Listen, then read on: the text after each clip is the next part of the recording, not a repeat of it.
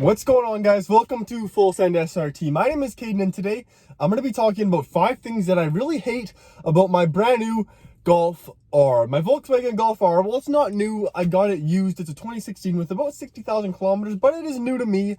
And I'm just going to go over some things that kind of annoy me about the vehicle. Obviously, I like the vehicle. That's why I bought it. But there are just 5 things that kind of annoy me about the Volkswagen Golf R. If you're new to the channel, make sure to hit that subscribe button, hit that like button, and let's get right into the first thing that annoys me about the Volkswagen Golf R. Now, the first thing that annoys me about the Volkswagen Golf R is going to have to be its seating position. I've seen a lot of other videos outlining this, and there's even one video of a kid with a Golf R that's really tuned, really done up, and people are making fun of him because his seat is all the way back and he's driving with his arms pretty much straight. And I thought it was kind of weird too. But little did I know, I would have that exact same problem when I got my Golf R. I'm personally 6'2", so I'm a little bit taller than average. And check this out. So if you take a look here, when my seat is back this far, you can see just how far my knees come up. Now, when I'm driving, my knees still come up almost to the wheel. So in this position, my arms have to be locked out pretty much fully. Now, my seat doesn't go down any farther. This is the max it can go down. When I move up, you can see that I'm in a better driving position for my arms to be bent while I'm driving. But the thing is, when I'm in this position and my arms can be in a normal position, when I'm turning, my hands always hit my knee. So here's the driving position in which I feel comfortable driving. Let's turn it on and I can show you just what I mean. So here I am, I'm in a comfortable driving position. My arms are fairly bent, they're not straight. And check this out, so when I'm turning, I always graze my knee. And even when I'm on the gas with my foot on the gas pedal and I want to turn, I'm always scraping my leg. Now, a way to fix this would be for Volkswagen to just let the seat go down lower, but I can't go down lower because this is the maximum I can go down. Now, ultimately, the solution to this is just to raise your steering wheel as high as it can go. So this is the max that the wheel can go. So now when I turn, I can clear my leg.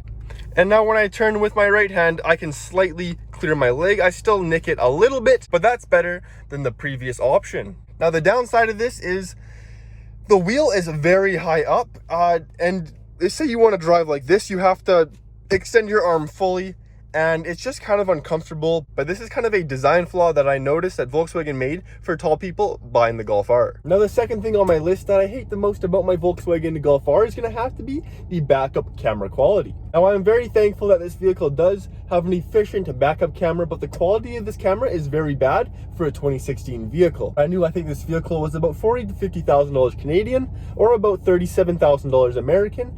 And at that time, the Toyota Corolla, all of these low-level vehicles had backup cameras, and for half the price, you could get a way better quality backup camera in the vehicle. So check it out. I'll throw it in reverse, and I'll show you exactly what I mean. Okay, so check this out. As soon as I put it into reverse, the camera pops out, but look at the quality of that.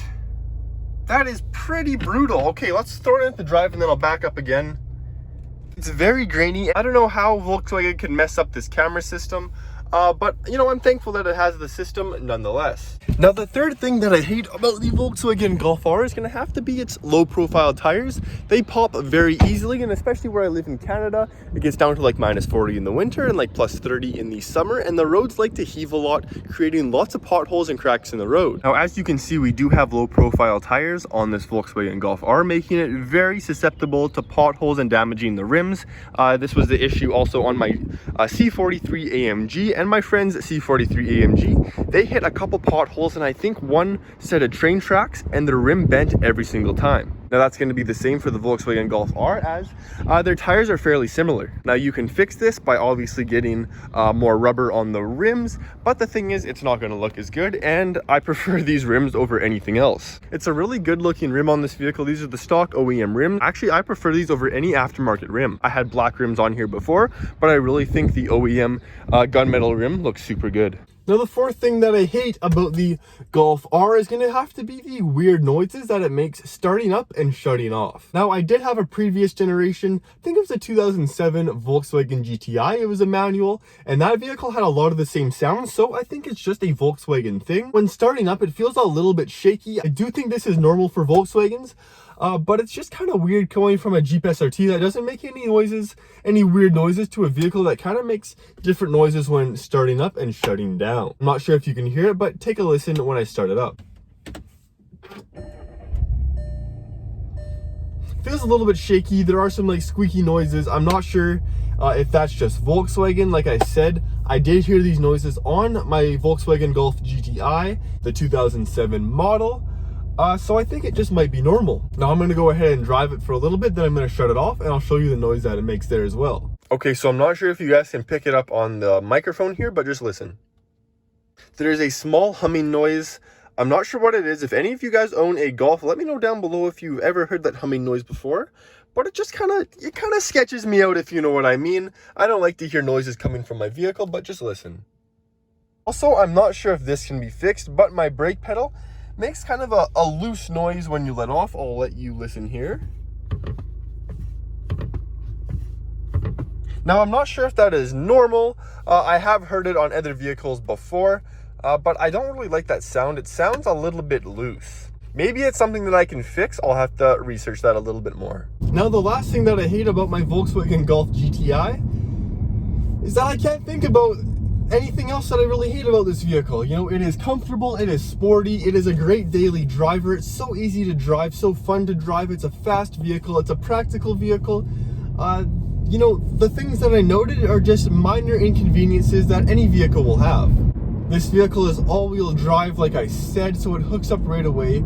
It's great if you want to go on a road trip, if you want to hit the drag strip, if you have a family and you need to put the kids in the back, if you need to pick them up from soccer practice, throw the groceries in the back. It is the ultimate grocery getter. I was saying, whether you have a family or you're just a single guy or single girl that just wants to have a fun vehicle that's reliable, this is it. And when it comes to the price, you can't really beat $25,000 American or $30,000 Canadian. I know there's like WRX STIs out there and Evos and stuff, but there's nothing as classy and as cool as a Volkswagen Golf for 30 grand. Also, this vehicle does have Apple CarPlay, which is a big plus and bonus for me. I did come from a 2018 Jeep Grand Cherokee SRT, and that vehicle was pretty luxurious. It had Apple CarPlay and such, and I really liked that feature.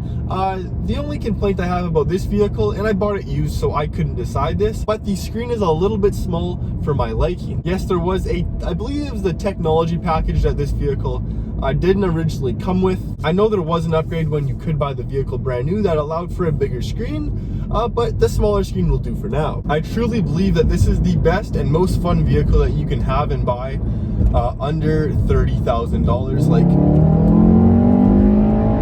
it's literally a rocket. I just bit my tongue. That's how fast this vehicle is. Ow. This is such a fun vehicle though. Like 30 grand, and this vehicle is faster than my SRT, and it has all-wheel drive, and it has Apple CarPlay, and it has a dual clutch transmission, which no other SRT or even Mercedes has. The only Mercedes that actually have dual clutch transmission, I think, is the AMG GTR and the AMG the AMG GT63 AMG. That's gonna do it for the things that I hate about the Golf R. They're super minimal, but you know, if some of these annoy you, you may want to reconsider your purchase, but I think this is a super fun vehicle for the price, and I recommend it. So if you enjoyed today's video, make sure to hit that subscribe button, hit that like button, and we'll see you in the next video. Full Send SRT signing off. Peace.